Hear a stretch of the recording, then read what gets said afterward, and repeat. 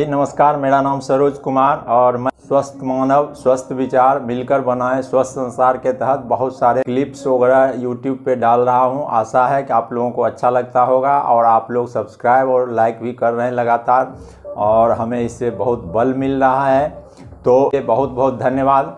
दोस्तों, अभी का जो पीरियड है वो बहुत ही नाजुक पीरियड है और वो नाजुक पीरियड केवल आपके घर तक के लिए ही नहीं है, ये भारत और पूरे विश्व के लिए है। कोरोना जैसा महामारी पूरा छाए हुए है। इस कोरोना जैसा महामारी पर बहुत सारी भ्रांतियां, बहुत सारी चीज़ लोगों को डिजिटल माध्यम से मिल रहा है। मैं कोई वैसा एक्सपर्ट नहीं हूं, लेकिन अभी तक जो अनुभव है, हो सकता है उसी भ्रांति में मेरा भी ये वीडियो हो।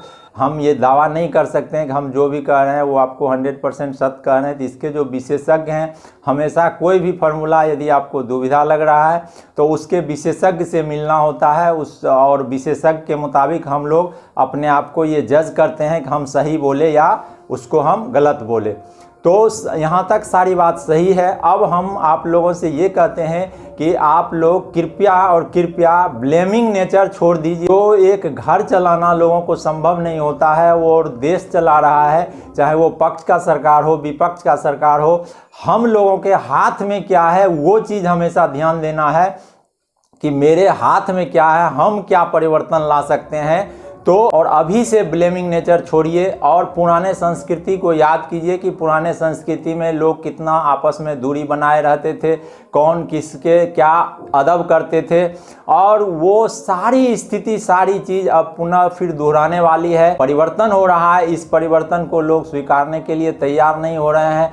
खुलापन बहुत आगे जा रहा है और जहाँ तक ढकने की बात है वो बहुत पीछे छूट रहा है। तो कम से कम डरिए दोस्त, अपने ज़िंदगी से डरिए। पता नहीं आप अपने ज़िंदगी में कुछ ऐसा कर देंगे जो लोगों के लिए कल्याण होगा, विश्व के लिए कल्याण होगा, लेकिन अगर समय से पहले होती है तो आपने कितना बड़ा अपना नुकसान के साथ साथ परिवार का, समाज का और देश का नुकसान किया। तो जग जाइए। बहुत सारे लोगों के मन में ये उठता है कि ये वैक्सीन जो है, ये वैक्सीन हम लोगों को लेने से बुखार आ जाता है, दर्द होने लगता है, हम लोग बीमार पड़ जाते हैं, तो इस वैक्सीन को क्यों लें। आप याद कीजिए, छोटे बच्चे को अभी भी पोलियो, डीपीटी वगैरह का इंजेक्शन लगाते हैं तो उसको भी तेज बुखार आता है, गिल्टी हो जाता है, दर्द होता है, बच्चा रोता है, लेकिन आप उसको क्यों वैक्सीन दिलाते हैं। अरे ये वैक्सीन है और वैक्सीन जो है वो बॉडी में इम्यूनिटी जब ये तैयार करेगी, उसमें बहुत इंटरनली जो चेंजिंग है वो चेंजिंग बॉडी में होता है, उसके कारण पेन, बुखार, दर्द वगैरह होता है। तो इस भ्रांति को मतलब हम लोग दिमाग से निकाल दें। अभी सरकार के पास उतना पूरा सामर्थ्य नहीं हुआ है कि ABCD सारे लोगों को वैक्सीन दे। वो कुछ एज निर्धारित की है, फिर उस एज को घटाते जा रही है, कुछ जो एक्टिव युवक हैं उनको दे रहे हैं। तो बारी बारी से सब लोगों का बारी आ सकता है और उससे भी अच्छा है कि हम किसी के भरोसे जो बैठ रहे हैं, तो हमें क्या करना चाहिए। चूँकि अगर हमको किसी मास को, कोई एक आदमी को संभालना, पूरा मास मिल करके अगर एक आदमी, 2 आदमी, 4 आदमी, 5 आदमी को बचाने का ठेका ले ले तो बहुत सारे लोगों का कल्याण हो सकता है।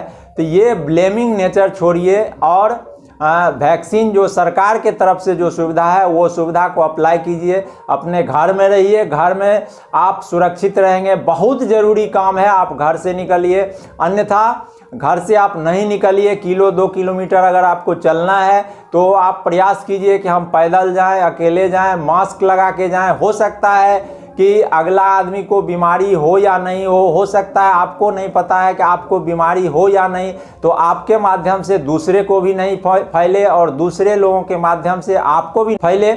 इसके लिए भी आप लोग और हम लोगों की जिम्मेवारी होती है। कोई सरकार आकर के हमें नहीं बचाएगा।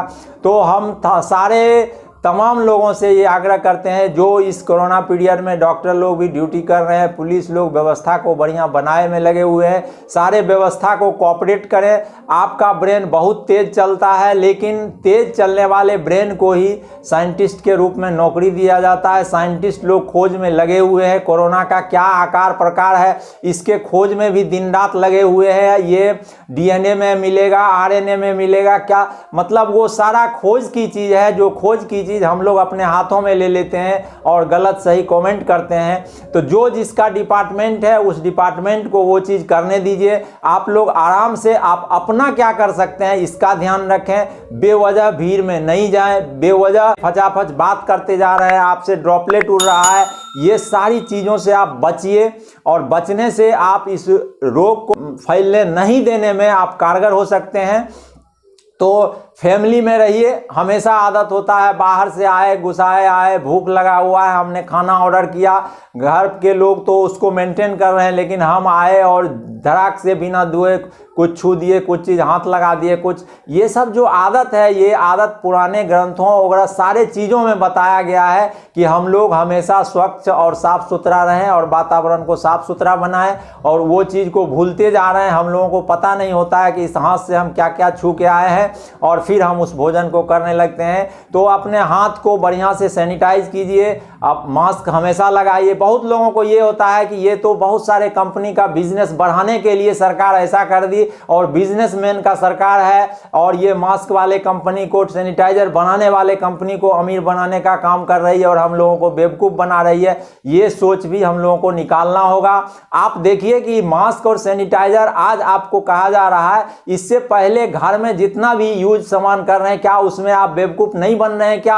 आप देखिए कि वो सामान कितना में बन रहा है। जो सामान 3 रुपया में बन रहा है उसका 13 रुपया दाम रखा जा रहा है और हो रहा है। तो जहाँ पे आपको सोचना चाहिए वहाँ पे आपको दिमाग नहीं लगता है, जिससे आपको 2 पैसा आएगा, आपके घर खुशहाल होंगे, आपके समाज खुशहाल होंगे। और दूसरे के कामों में हमेशा से ब्लेमिंग करना ये नेचर में आ गया है। इस नेचर को बदलिए दोस्तों। आप देश बदलना चाहते हैं, आप चाहते हैं कि हमारे देश में दुश्मन नहीं हो और खुद दुश्मन बन बैठते हैं, खुद उस रास्ते पर नहीं चलते हैं, तो देश तभी सुधरेगा जब आप में सुधार होगी।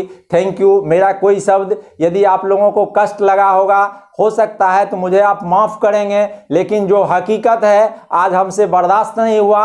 हम आप लोगों के सामने बोल रहे हैं कि गलत सलत कहीं से भी कोई न्यूज़, कोई वैसा चीज़ ट्रांसफ़र नहीं करें। जो सरकार का गाइडलाइन है, जो WHO का गाइडलाइन है, जो जैसा बताया जा रहा है उस चीज़ को फॉलो करें। अननेसेसरी हम लोग अपने ऊर्जा को, अपने फ्यूल को, अपने दिमाग को अननेसेसरी नहीं चलावें। केवल और केवल हम लोग फोकस हो जाएं कि लॉकडाउन के समय में भी हम लोगों का इनकम कैसे बढ़े। अगर इसमें आपको लग रहा है कि यहाँ सरोज कुमार ये भाषण दे रहे हैं, हमारे पास वो आइडिया है, आप लॉकडाउन में उस आइडिया को लगा करके आप इनकम को बढ़ा सकते हैं। अभी आप अगर 5,000 कमा रहे हैं या 50,000 कमा रहे हैं, उसमें अगर 100 रुपया भी हमारे योगदान से बढ़ जाएगा तो हम अपने आप को गौरवान्वित समझेंगे। Okay, thank you, thank you.